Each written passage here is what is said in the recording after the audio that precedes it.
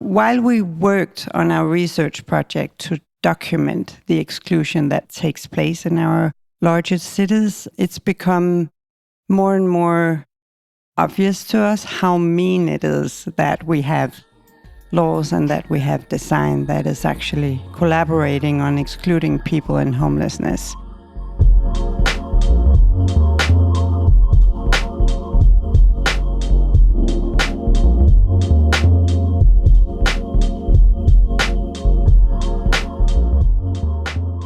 So 2 years ago, I visited an exhibition about Copenhagen in the Danish Architecture Center.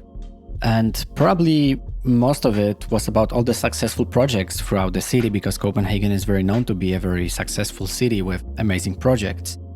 And that is true, but one part that very interested me in this exhibition was about the dangerous phenomenon which is called the dark design or exclusionary design. Dark design is targeting homeless people, is pushing them out of public spaces, and also is making them invisible. I decided that I want to discuss the topic, and I recorded an episode with the exhibition's organizer, Anna-Katrin Hades, and I will also add the link to this episode in the description. And after recording that, I realized that this is only the tip of an iceberg, and I knew that I want to discuss about the topic more. And after a longer time, now is the very great opportunity that has arrived, because in the north of Copenhagen, there is a new exhibition called the Exclusionary City that was organized together by Aalborg University and Project Outside, Project Udenfor. The exhibition takes place in quite a famous Copenhagen spot, a wine bar, an old car repair workshop, and it's open only between the 10th and the 23rd of October. And because the exhibition is mostly in Danish, I decided that I really want to discuss about the topic and share it with the broader audience, not only in Denmark, or at least with people who are living in Denmark or Copenhagen but are not speaking the language. That's why you are listening to the new episode together with Pia Justesen, who is a human rights lawyer and a writer. Together with Kirsten Skovlund Asmussen, Ole B. Jensen, Carsten Hvid Nielsen, and Velux Fonden, they did a 4 years long research project about the exclusion of the homeless people in the cities. The exhibition, the Usudne by, or the Exclusionary City or the Outcast City, is basing on the research project called Exclusionary Design, Social Exclusion in Urban Spaces, that was carried out at Aalborg University. And it aims to highlight the city's design elements that exclude homeless people, but it's not only the elements, it is also the law that is excluding the people. So today, together with Pia, we will talk about the project, about the exhibition, notion of safety, and some examples of the exclusionary design, about the criminalization of poverty, about Copenhagen, is it a friendly city for homeless people compared to other European cities? And also towards the end, we'll discuss some positive examples from other cities, as well as the Homeless Bill of Rights. Welcome to the newest episode.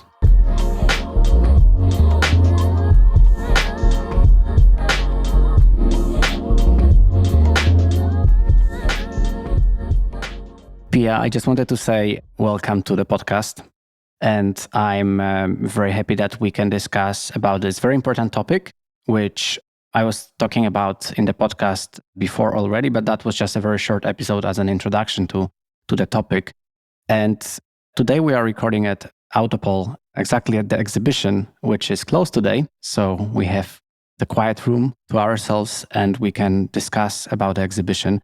But before we dive into the exhibition itself, I really wanted to ask you about yourself. If you could just introduce yourself briefly to the listeners and tell us about the topic a bit more. So my name is Pia Justesen, and I'm a human rights lawyer. I've been working with human rights forever, ever since law school, really. I've always been engaged in social justice issues, both as a researcher, as an attorney, and as a consultant.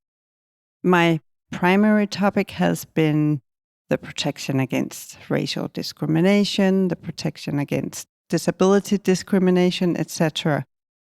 I was living in the US in Chicago for 5 years, and I came back to Denmark in 2020 and met up with Ole B. Jensen, who is a professor at the University of Aalborg. And he has done a lot of research on mobility issues and had written several pieces on what he called then dark design.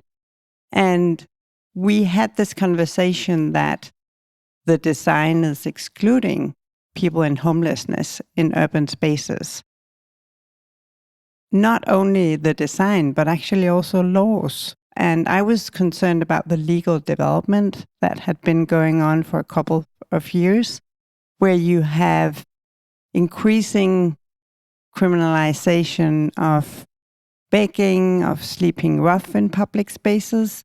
And we developed a project focusing on how design and law is actually collaborating on pushing people in homelessness out of urban spaces around in the bigger cities and even out of the bigger cities, and thus becoming more invisible to the rest of the society. So we developed this project, we got funding for it, and now we're here today, almost 4 years later. And this is sort of a culmination of our research project to not only show the research in various publications, which we've done obviously, but also to illustrate and make more visible these consequences of the exclusionary laws and the exclusionary design. So that's why we developed this exhibition on the Exclusionary City. So it's worth to emphasize that we do not talk only about the design, about the physical part, but also the law and the society as a whole. We are discussing also the rules and the perception and how the law is actually excluding. Exhibition is called an Exclusionary City, which is the Exclusionary City. And while discussing about the topic and while developing the project, which is, you say, around 4 years old, what was your personal reason for exploring this topic? So I've always been engaged in human rights, as I just mentioned, and I've always been concerned about how as a society we sort of encompass different types of people. And my concern is that I see a development where there's not so much space anymore to differences. And I see a strength in human rights as focusing on the things we all have in common. And I really do want to live in a society. It's important for me and to bring up my kids in a society where there's room for everybody and where everybody's human rights are respected and not just the ones who have power and money and are already well established in society. So that's sort of been a driving force for my work all through my career. And I've been concerned about this development of cities being nicer and nicer. Of course, I like that things look nice, but it's as if we created, increasingly at least, cities that do not have room and space for people who are not like most of the majority.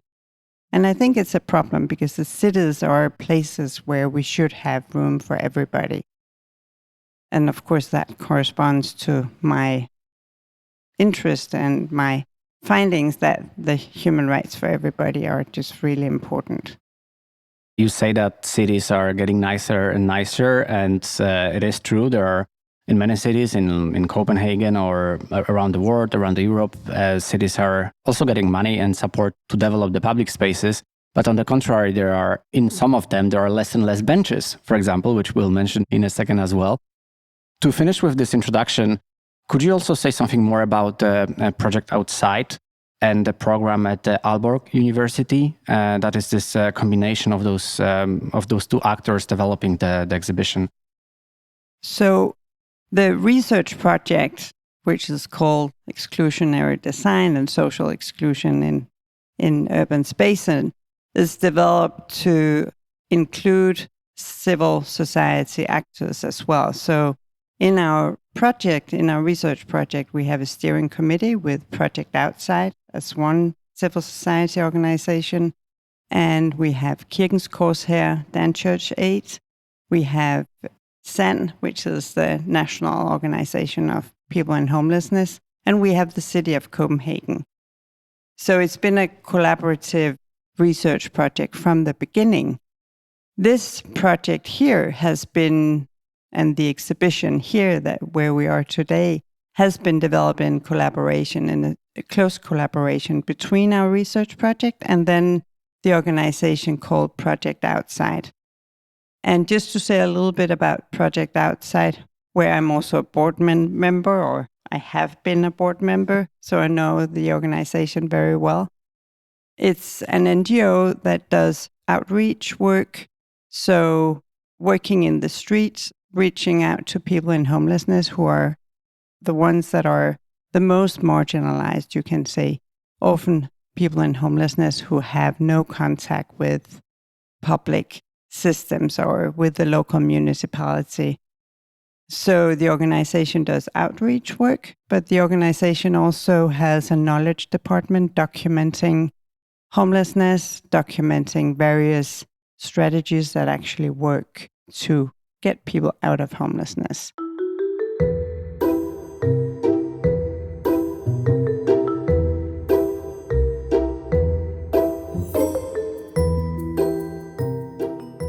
Let's talk about the exhibition itself. There's, unfortunately, I would say, a very limited time to sit here in Copenhagen, but I hope that dear listeners will be encouraged to sit after listening to this episode. What is the Exclusionary City? What was the premise for title and for the main theme of the exhibition? So while we worked on our research project to document the exclusion that takes place in our largest cities, it's become more and more obvious to us how mean it is that we have laws and that we have design that is actually collaborating on excluding people in homelessness. And our experience was that most other people didn't really notice, and also they didn't know. So we wanted to create some visibility. We wanted people to actually be able to see the design that excludes, because when you've first seen it, it's hard to unsee it. And then maybe eventually you will act on it. And the same thing with the effects of the legislation. Most people are not aware that you get a fine for sleeping in a park, for example. So we wanted to create visibility for much more people to actually know about these effects of the design and the law. When we discuss such a complex, such a difficult topic, I think it's also important that we discuss the notion of safety. In case of this exhibition, rather lack of it. Can you say something more about how homeless people, the ones that you also portray in this exhibition, how do they fight against this lack of safety, and what does it mean for them? When we talk about safety in urban spaces and in cities, the focus is mostly the sense of safety among the majority population. So we talk about the need for lights, for people to feel safe, for example. Often this notion of safety is used in a very subjective manner because it's not an objective concept. So what does it actually mean? That's an ongoing discussion. And what we want to bring into that discussion is that people actually living on the streets feel very, very unsafe and very, very stressed. And that is typically not part of the discussion when we talk about safety in cities. Because if you don't have a place to stay, and if you constantly are moving around looking for a decent place to stay overnight, that is very, very stressful.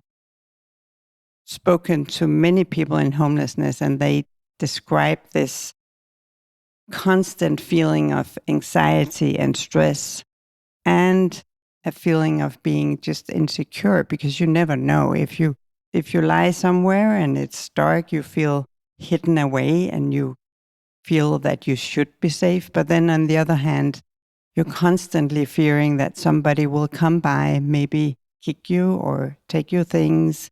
So many people in homelessness are very sleep deprived. They never get into that deep sleep that most people do when they lie home in a safe home. That they have the privilege of the deep sleep. What are some of the heroes of the story of the exhibition? You mentioned them by the name. I don't know if these are the real names or not, but you have people that we can follow, that we can read about, which makes it more personal as well. Yes, because at the same time as we made this exhibition, we also published a book, which is called No Access. It's published by the Danish Architectural Press. It's out in Danish now. In a couple of weeks, it will be out in English as well. That's an amazing news because... Exactly. And the book is really on the same topic, describing the exclusionary design, describing the exclusionary legislation, but it also has individual narratives of people living in homelessness. It's a contribution of oral history in the book. There are 7 individuals talking about their life on the street and how their lives have been. A couple of them are not homeless anymore. You get to meet, for example, Luna, and it's her real name. She had a hard time in school. She grew up with her grandparents, moved in with a boyfriend when she was 19. They broke up, and she ended up couch surfing, which we call it when you sort of stay a couple of nights with a friend, then maybe a week with an aunt, but you don't have a home. You move around. And today she's 40, and as she described to me, most of her friends, either they're not there anymore or maybe they moved on and they do not always want to offer a couch. So it's become increasingly hard to find couches. So now she lives on the street. And she describes how her day is really going. I mean, and most of it deals with finding a place which will be safe enough for her to stay overnight. So her story is in the book, for example. But there are other stories. There is the story of Frans, who was born in Copenhagen but moved with his family to Jutland and grew up in the countryside and worked most of the time with agriculture and moved to Copenhagen with a girlfriend. And then he was involved in a demonstration at the free town of Christiania. He was throwing some stones and was imprisoned. When he got out of prison, he didn't have a home, and his girlfriend had broken up with him, so he couldn't move back to her place. So he also ended up living on the street after having stayed with friends in the beginning. Now he is still living on the street.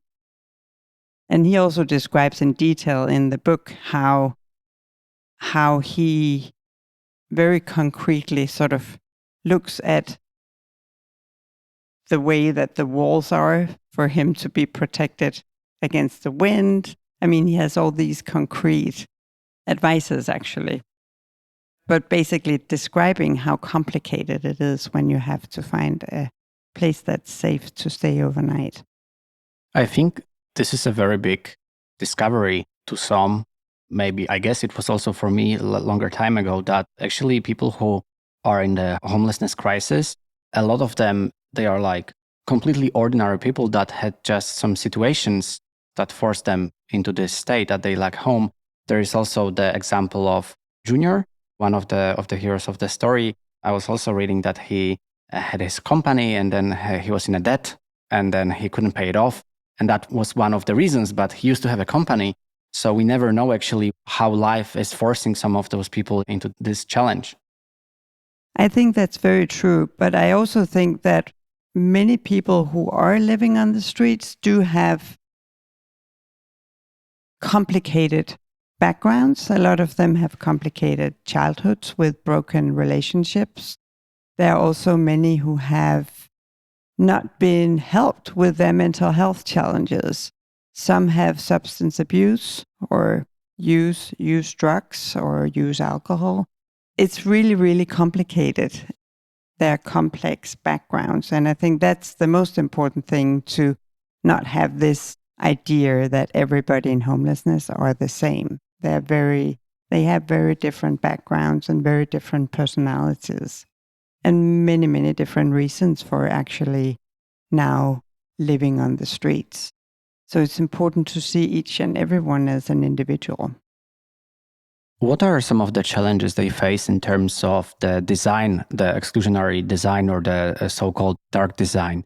I mean here both the hard design, like some infrastructure and barriers, but also soft design that you talk about. The classic example I think that most of us have seen already is benches where you have an arm rail in the middle of the bench, so you actually cannot lie down. Then we have benches that are made out of concrete or granite. And I think most of us don't really think about how cold they are, because we only just sit down for a couple of minutes. But the actual material is so cold that it's impossible to lie down for a longer period. But then we have examples in parking, what do you call it, parking basement. Yeah, like some parking lots. Parking lots, indoor parking lots, where the light is so sharp and the music is so loud that it's impossible also to stay there for a longer period of time. You may not think of that as hostile, because you may think the music is just nice if you park your car.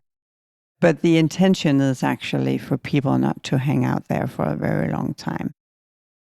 Then you have some more discrete things that could be trash cans that have been designed in a way that you cannot get your hand in and pick up bottles or maybe food that you can see. It may look as if it's because you don't want the wind to blow the trash away, which is perfectly a good reason, but maybe the intention actually is for people not to stick their hands in. A big part of the exhibition is criminalization of poverty, homelessness, and begging. While discussing about the topic and while you were exploring that, what was your intention with that? Did you have a discussion about should it be punished? So we wanted to illustrate and also make more people aware that we have such harsh criminalization in Denmark. In most other European countries, it's not the fact that you will be imprisoned for 2 weeks if you beg in front of a supermarket, for example.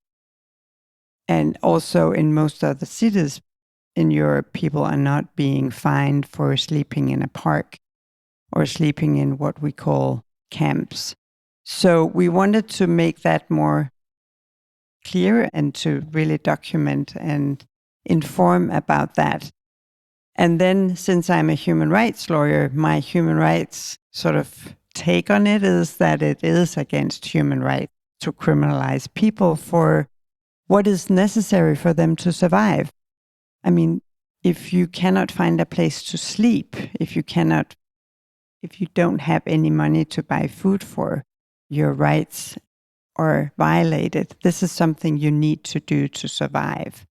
So just to say it very sort of short, it's a violation of the international human right to a decent way of living if you criminalize things that are important to survive. So the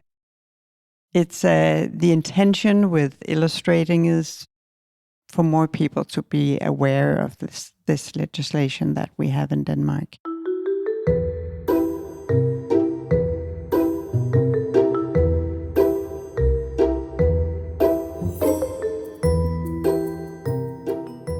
Copenhagen is portrayed in the exhibition. Are there any other places in Denmark, or is it mostly Copenhagen? The exhibition is it's general, because the laws are general for the whole country, and the tendency also to have more exclusionary design.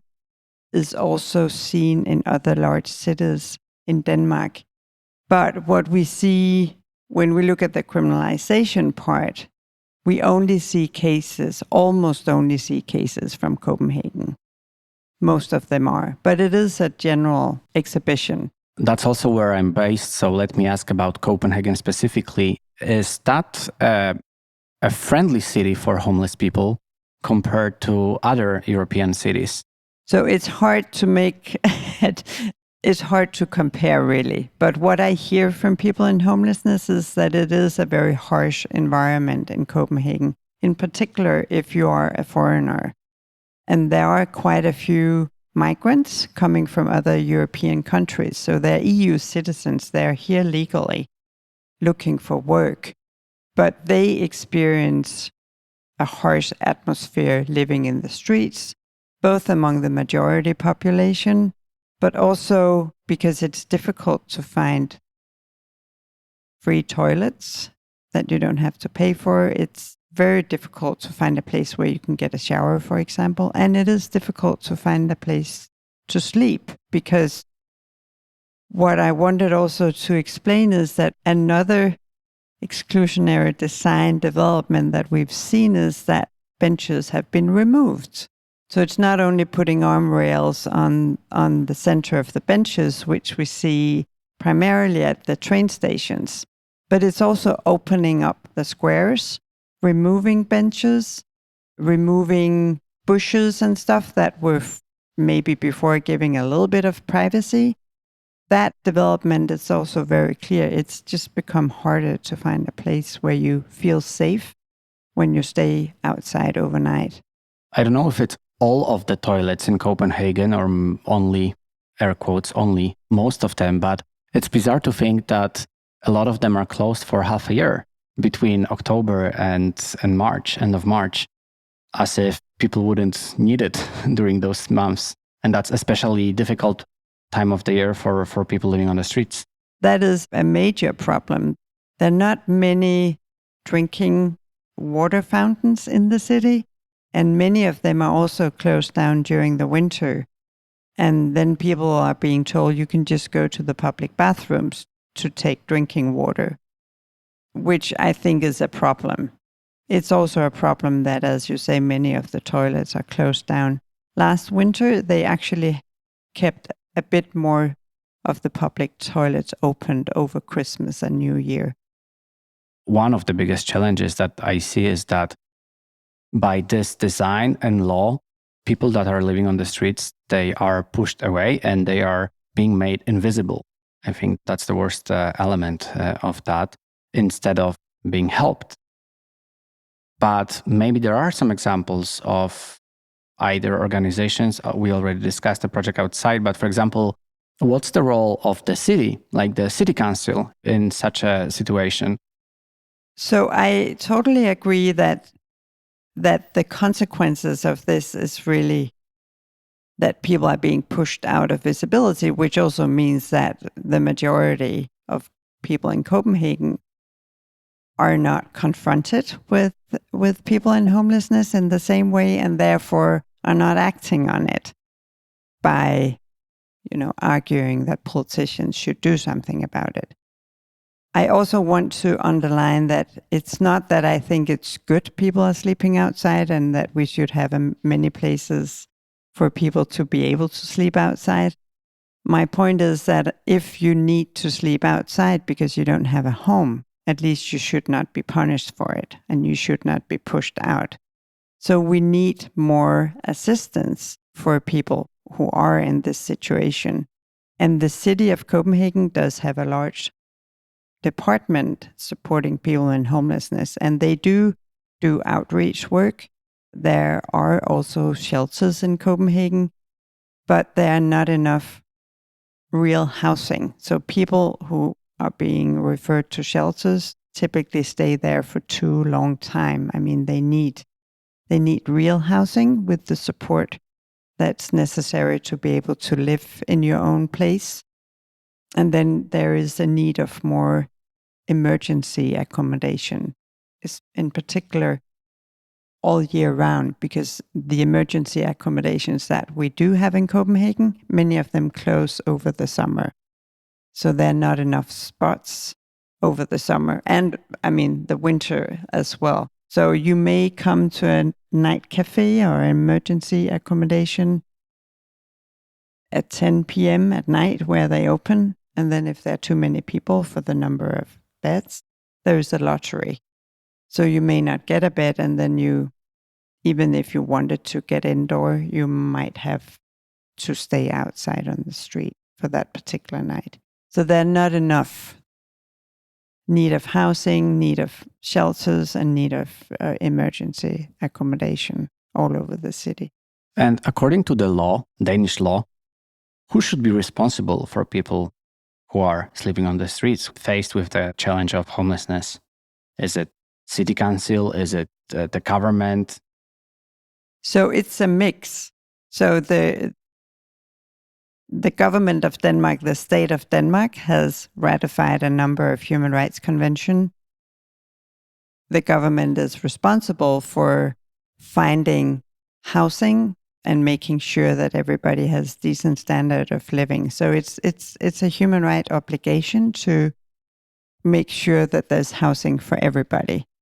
And of course, that's the national government, but the local municipalities are part of that responsibility as well.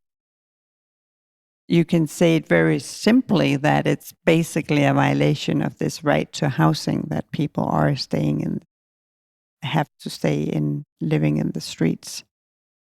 You said it's hard to compare the situation between different cities, but I would really like to discuss about different cities as well, to have some sort of benchmark.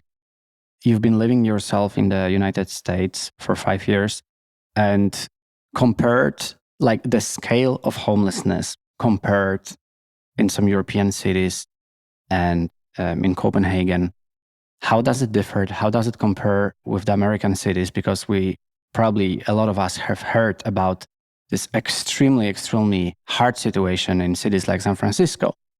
The situation in the US is so grotesque.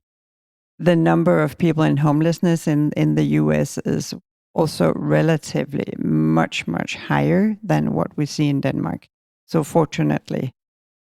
And there are many answers to that, but one of them really is that we don't have the same amount of poverty, homelessness in Denmark as you see in the US. In the US, a large proportion of people are living from paycheck to paycheck. There's no welfare system, or at least it's very minute. So it's easy if you lose your job, you can't pay your rent, and then it's just out, and then you may start staying over with friends, but eventually a lot of people that we would never see in Denmark end up living in their cars and eventually maybe even on the street.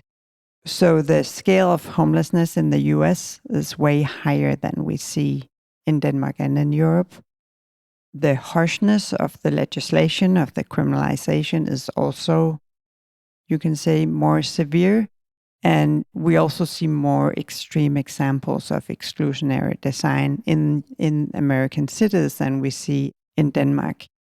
However, through the history, we've learned so many things from the US, and we've been inspired by the US in many good things. I mean, we have American music that we really like. But there are also tendencies coming from the US that we learned from. And I think exclusionary design is a development that has come from the US. It's not as exclusionary yet, but I worry that we go toward, that we even accept it using these mechanisms in our Danish society. So even though I think hopefully that we will never be as extreme as in the US because we do have a welfare state, I still worry, and I don't think we should take it for granted. We have to discuss and be aware of the initiatives that we put forward in our cities and the consequences.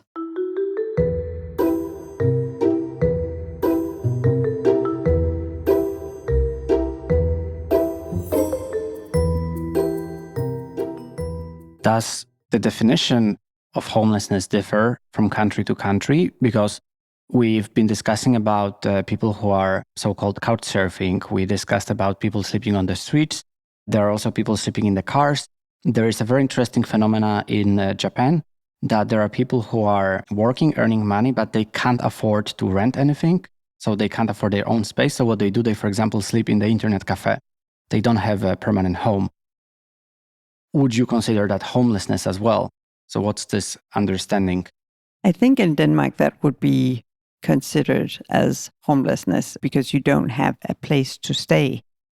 But it is an issue that the definitions of homelessness varies from country to country. So there are European initiatives to have one definition, working for everybody so that you can actually compare developments. But there are still local and countrywide differences. But I think what you describe in Japan is also an issue, maybe not in Denmark yet, but in some Southern European countries. I know in Lisbon, they have a lot of people, in particular migrants, who do have full-time jobs and who are legally residing in Portugal. But because of the housing prices, extraordinary sort of increase in housing prices in Lisbon and other Southern European large cities, it's just not possible to find housing. So the city of Lisbon has developed some kind of not shelters, not real shelters, because people live there independently, but very cheap housing where maybe 5 people share a smaller apartment. So it's actually affordable development that I think municipalities, at least in Southern Europe, are increasingly aware of and trying to respond to. I was asking because I was curious about this perception of homelessness. I've spent almost a month in Japan this year, and I don't remember seeing anyone being on the street, begging or lying on the street. But I also heard about many people who can't afford a house or a place to stay, so they rent internet cafes. So I think that's this different perception of homelessness, because on the contrary, in European cities, you might find people on the streets, like sleeping on the streets. In some places, like in Japan, I think it's just hidden homelessness, right? The differences in the perception are quite interesting. As you say, it would be helpful to have this one common understanding. That would be very helpful, but I also think that there are different cultural traditions. I don't think we would see that in Denmark, because also I'm not sure we would have that many internet cafes where you can actually stay overnight. But we also have issues of hidden homelessness in Denmark, because if you're a couch surfer, you can be couch surfing for a long time and you would never, go into the statistics if you're not in contact with your local municipality, for example. I think there are more people doing that than we know of. That's another challenge, right? Because I can imagine there are a lot of people doing that, like young people, for example, that they are just sleeping at their friends for, a week or 2 or a couple of months. But we heard about those people doing that. And previously, I think I would never think about them as people that are homeless, that are in the crisis of homelessness. There's one more part to that discussion that I really wanted to discuss, which is the other paths to take. You also, towards the end, gave some sort of a recommendation and also look at the good examples of some cities. Could you share some of that examples and some of your kind of final thoughts? I think it is important to learn from, other approaches. And one city that in my research I've been particularly interested in is Vienna. So Vienna is a human rights city and has a public sort of goal of respecting and adhering and improving the human rights of all people living in Vienna. The city has made this policy of inclusion in urban spaces as well. So one concrete example is that on the pedestrian, sort of the main street, there are benches in the center of the pedestrian street, and the benches are built in It's like a square bench built around a tree. And on two of the sides, there are arm rails. So if you need the support of an arm rail to get up, if you're elderly or pregnant or whatever, you can have that. But then on the two other sides of the bench, there are no arm rails and the benches are long and wide. So you can easily lie down and sleep there. It's stated from the city of Vienna that the benches have been designed in such a way that they can provide, shade during the day from the sun. You can sit down and relax, but you can also stay over at night if that's what you need to do. So it's not hidden. It's really a public thing that you want to design city spaces so that there are room for everybody. And that's just one example. There was also an example of city of Gdansk. I need to ask about it because I'm coming from Poland. I was expecting you would ask me about Gdansk. So Gdansk has signed the Homeless Bill of Rights, which is a human rights instrument, you can say, that's compiled of international human rights that are relevant if you're in a situation of homelessness. It's a European bill that's been developed for larger European cities to sign on to really publicly state that we want to do something to really make sure that the rights of people in homelessness are being respected in our city. Gdansk has done that. And when I talked to people in Gdansk, when I interviewed people, they described that the prejudice and the sentiments, negative sentiments towards people in homelessness have decreased a lot, both among politicians in the discourse you hear in the media, but also among, you can say, ordinary people, the majority population. And you don't have prohibitions of sleeping rough. You can sleep you can stay overnight in the streets. You can sleep in the train stations overnight without being kicked out. There are prohibitions of begging, but they're not really enforced. And it's only if you are very aggressive when you beg that you can be punished for it. So there is a report that's being done every 2-3 years where the city of Gdansk actually go through all the 11 rights of this Homeless Bill of Rights and describe what have we done to improve this thing. It could be, for example, sanitary, the right to public toilets, etc. How is it going? What do we need to do better within the next couple of years? So there is a focus on the situation of people in homelessness and to improve their human rights situation. I was hoping you will mention the Homeless Bill of Rights.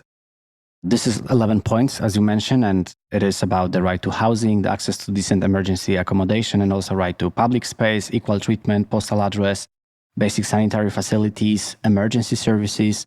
Interestingly, also the right to vote and data protection, privacy, and to carry out practices necessary to survival within the law. So that's something that we've mentioned, right? That begging is something that people in this crisis are forced to survive. And actually, this particular article that deals with your right to do things that are necessary for you to survive without being punished for it, that is a problem then, for example, in Denmark, where we have a prohibition of begging.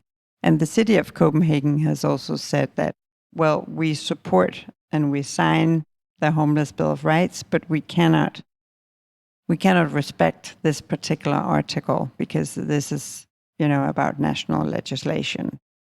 I would say, and I always argue with the city of Copenhagen, that there are 150 parks and green areas in Copenhagen where the city decided that you should be fined, you should be punished for sleeping overnight. So that's a good way to start for the city. Could take down those signs prohibiting overnight stays. One thing is to sign something, and the second is to follow. To summarize, where and when people can visit the exhibition? So the exhibition runs until October 23rd. That's the last day. It's open every day between 2 p.m. and 8 o'clock at night. It's being held at Autopol, which is a wine bar that has been established in an old mechanics shop. What do you call it? Like auto repair shop. Yeah, auto repair workshop. And the exhibition is held in the auto repair shop. It's in Copenhagen, Northwest, on Heirevej 31. So please come by. And also, the reason why I wanted to have this conversation is that, unfortunately, to some, the exhibition is mostly in Danish, but there is the catalog. And as you said before, there will be the book as well in English.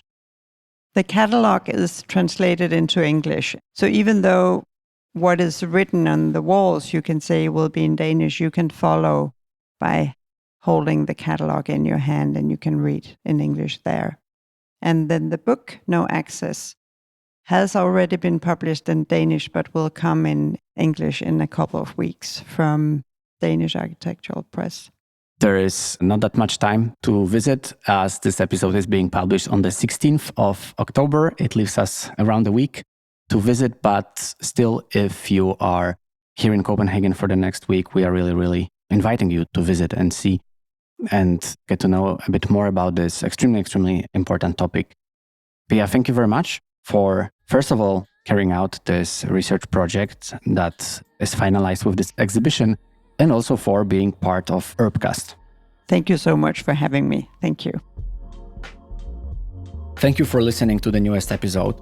And as we discussed together with Pia, the exhibition is still open for about a week. So if you are here in Copenhagen, I really, really encourage you to go and visit it. It's in the north of Copenhagen in a place called Autopol. And I will add the link to this exhibition, to this place in the description. I think this is extremely important topic. Definitely not the last time I'm talking about it. And if you are also interested in it, please feel free to share some interesting sources and materials so that I can develop this topic even further. For now, thank you for listening to this episode about exclusion in the city, and I will talk to you very soon in English in 2 weeks.